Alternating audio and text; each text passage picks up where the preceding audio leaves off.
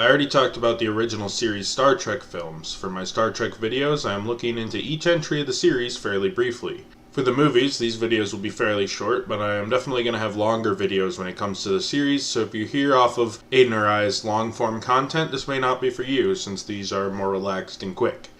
Star Trek The Next Generation had 3 solo movies and a crossover with the original series.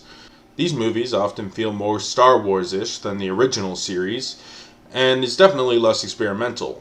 I don't hate them like some hardcore Trek fans do, but I feel pretty meh towards them. But let's take a brief look at my thoughts on each of the Star Trek TNG movies. Star Trek Generations acts as the light 7th installment for the original cast, but mostly an introduction to the Next Gen cast.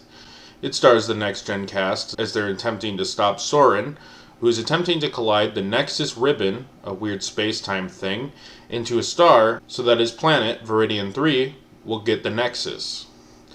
Anyhow, somehow, Kirk was sucked into the Nexus, and this caused him to live an idealistic version of his life. Kind of like Pike in The Pilot, but Kirk is quickly removed, relative to Pike at least, by Picard. Then they fight Soren in hand-to-hand combat, and Kirk fucking dies. Also in the subplot, the Enterprise E is blowed up. This movie's okay, and when it's not boring and a tad underproduced, it's actually cinematic, which later next-gen movies failed at. Kirk has his moments, but tends to be a little bland. The next-gen cast is forgettable in the films, besides Picard, who's okay, but the film's a contradiction in that it both overuses and underuses the original people, and also doesn't use them enough. It needed to find a better balance between the two. Like, Kirk either had to be a major player or get less screen time. He's just kind of in an awkward middle ground, where he's not well enough developed so that it's really worth, like, being the moment Captain Kirk dies, but also isn't enough of a cameo that the film doesn't feel like it's a crutch for Kirk. So it had to go one way or the other. It just didn't pick the right way, apparently. It went right down the middle. It didn't know what to do. It's also kind of frustrating that Kirk and Picard, the 2 most popular captains in Star Trek, are never on the Enterprise together. That'd kind of just be a fanboy cheesy moment, and I guess it didn't make sense with the story.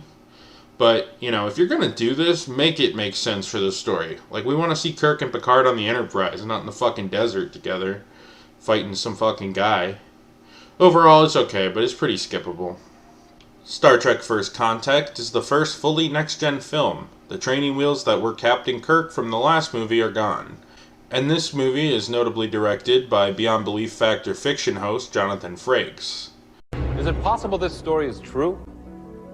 Yes, it is. I know I just used that in my Batman vs. Superman video, but I swear to God this video was written like 6 months before that. The movie centers around the Borg, who are going back to the past when humans first contacted aliens so they could assimilate them before they expand to space. Their crew travels with the Borg and witness first contact happen. I thought this movie kinda sucked. Why didn't the Borg take over in like the 90s when this aired is beyond me. Like, they would have had way less resistance than like, you know, right when they're going to space.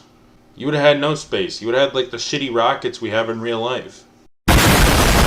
These reviews are pretty quick diary entries, so if I missed something on why they didn't go back to the 90s and just fight them back then, you can explain that to me in the comments below. Data takes a bigger role in this, being seduced by the Borg Queen. I thought that was kinda cool, I guess. But the whole film feels kinda cheap and dumb. If this was a TV special, I'd cut it more slack, but this was a feature film that, based on the posters and stuff, seems like some big action adventure. In reality, it just feels like a shitty sci-fi TV special from the 90s. I just thought it was kind of a lame attempt on what, in theory, was kind of an interesting and cool concept. Star Trek Insurrection is probably my favorite next-gen film. It feels the most like a film with a purpose.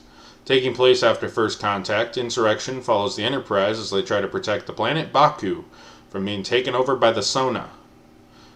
I'm probably pronouncing all these fucking names wrong, but whatever. I like it most because the plot feels more grounded, and while a bit boring, I love my space politics. Picard again gets the spotlight with Data, and Riker gets some okay screen time too. It was cool when Riker took command of the Enterprise because he's such a cocky asshole that there's no way he'd ever work as a captain, but he also thinks he's a captain at heart, like he's always trying to get the captain's chair, so it's kind of fun. I don't love this movie like some of the original series films, but it's pretty alright considering these next-gen films are pretty meh overall. Star Trek Nemesis is the last film we'll be looking at in today's brief Star Trek viewing diary. Directed by Stuart Baird during his short foray into directing. Baird mostly edited a lot of films in the past, and this would be his most major credit in the director's chair. Essentially, Shizan is a warrior who is a clone of Captain Picard who looks nothing like him, besides being bald. At one point, Picard points it out, like, we don't look alike, and he says, "So much is the same.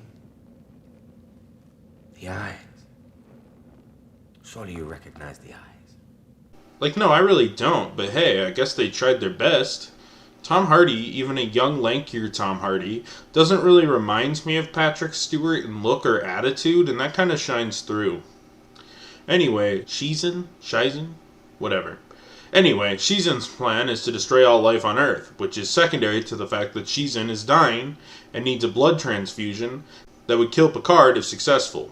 Anyhow, they get in a space battle, then Shizan gets in a fight with Picard where he dies. Up until Picard is captured, I thought the movie was alright, nothing too special. However, all the world destruction and ship battle and fistfights don't really compare to the potential human drama that the film seemed like it might be setting up with Shizan and Picard at the start of the movie. And it seemed somewhat interesting until it becomes something of a dumb action film. The film occasionally looks like shit, the oversaturated dune buggy part, for example. And why is Tom Hardy dressed like the Green Goblin the whole time?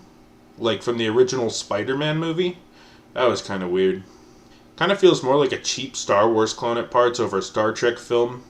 It was also designed to look so epic with the cover and promotional stuff, but when it comes down to brass tacks, much like the other next-gen film, the movie kind of fails to feel that epic. The CGI and effects are mostly decent for the time, I guess, but there's not that much of it, and it's nothing mind-blowing. I mean, keep in mind, this is the same year as Attack of the Clones came out. Which, I mean, I know this is Star Trek and that's Star Wars, and Star Wars has a lot more mass appeal than Star Trek. But this movie, by comparison, feels a lot like a TV special, which I've said a few times in this fairly short video, but it's true. So that was a whopping 4 pages on Star Trek The Next Generation films. I already wrote a brief script for the Kelvin Trek films, which is about as long as this. And eventually that'll come out next time I have a brief moment to record it between videos. And when I'm like, hey, it's a holiday weekend, I don't really want to start a big project until later. So we'll just get something short, you know? I just did an hour-long Batman vs. Superman video, an hour-and-a-half-long Spider-Man video, a half-hour Man of Steel video. I think I deserve to make a 5-minute video on Star Trek. Anyhow, most of our videos are much longer, and this format I made for the Star Trek series makes a lot more sense when I'm reviewing individual episodes, which is coming anyhow. I'm like halfway through Season 1. I think that's already at like 50 pages, so that's a lot more reasonable. Anyhow, see y'all next time.